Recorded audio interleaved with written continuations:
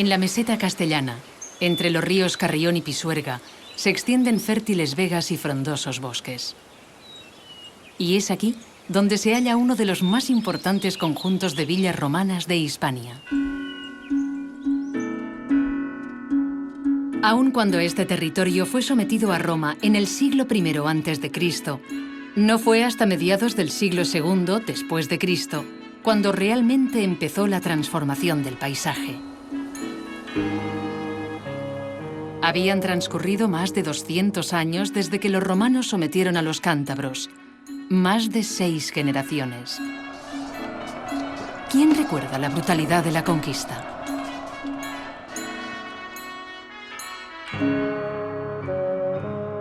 Desde principios del siglo I de la era cristiana, estas tierras estaban bajo la jurisdicción del convento cluniense, y era a la ciudad de Clunia hacia donde tenía que ir la gente para dirimir pleitos o para obtener justicia.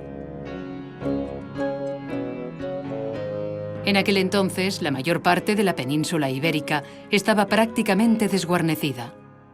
Hoy diríamos desmilitarizada.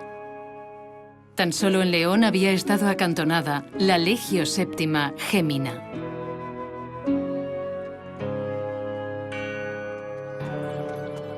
Otros cambios se sucedían en esta época.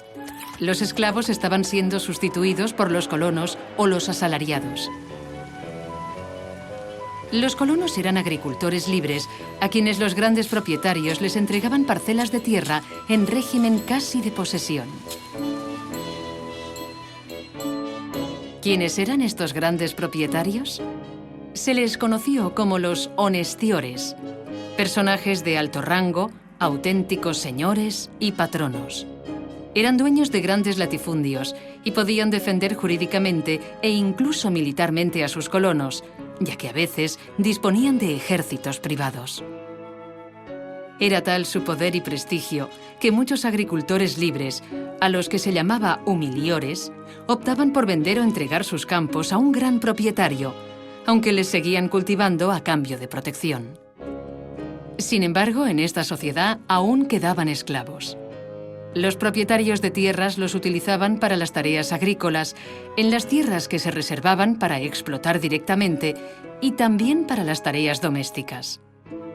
Con el fin de estimular su trabajo, se les podía entregar alguna cabeza de ganado o algún dinero. De esta forma, muchos esclavos accedían a la condición de libertos, es decir, hombres y mujeres cuya condición se acercaba a la de los libres. Los orígenes de estas grandes propiedades frecuentemente eran confusos. En ocasiones, los propios honestiores no siempre querían conocer los comienzos de sus linajes.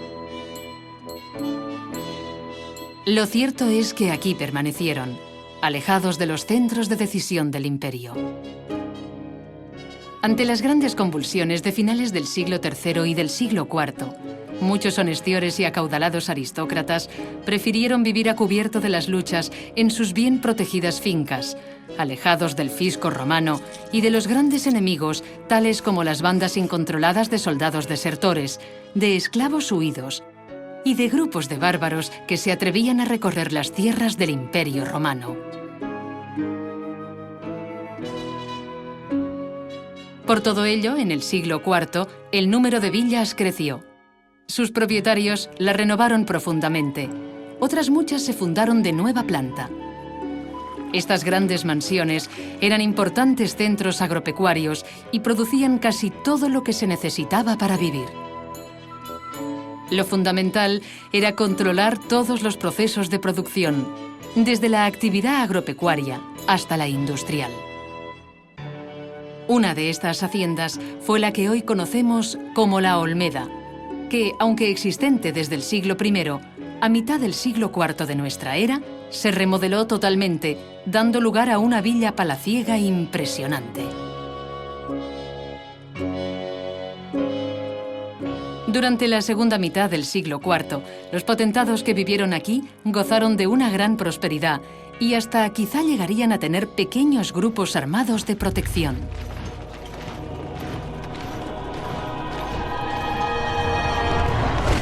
aunque los primeros signos de inestabilidad política y militar puede que se hicieran evidentes desde el siglo III. No sabemos hasta qué punto el paso de los primeros ejércitos de verdaderos invasores bárbaros afectó a la villa. Pero, sin duda, la villa no fue destruida. Siguió recibiendo productos exóticos de África, aunque los mosaicos deteriorados ya no se fueron reparando. En todo caso, esta cultura de las grandes villas señoriales era un mundo que desde la mitad del siglo V hasta los primeros años del siglo VI estaba condenado a desaparecer a causa de la violencia y de la inseguridad provocados por los campesinos sin tierra y los marginados que la sociedad romana había ido generando.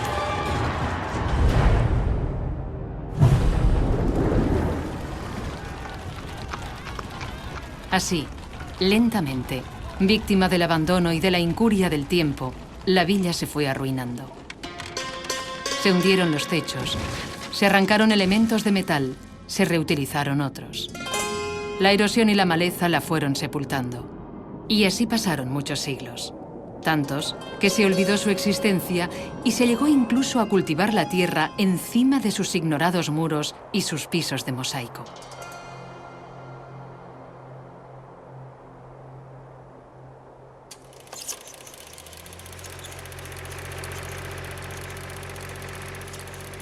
Hasta que en 1968, don Javier Cortes, propietario del terreno, descubrió sus restos y tras unos años excavándolos, en 1980 los cedió a la Diputación de Palencia, la cual desde 1984 los abrió al público.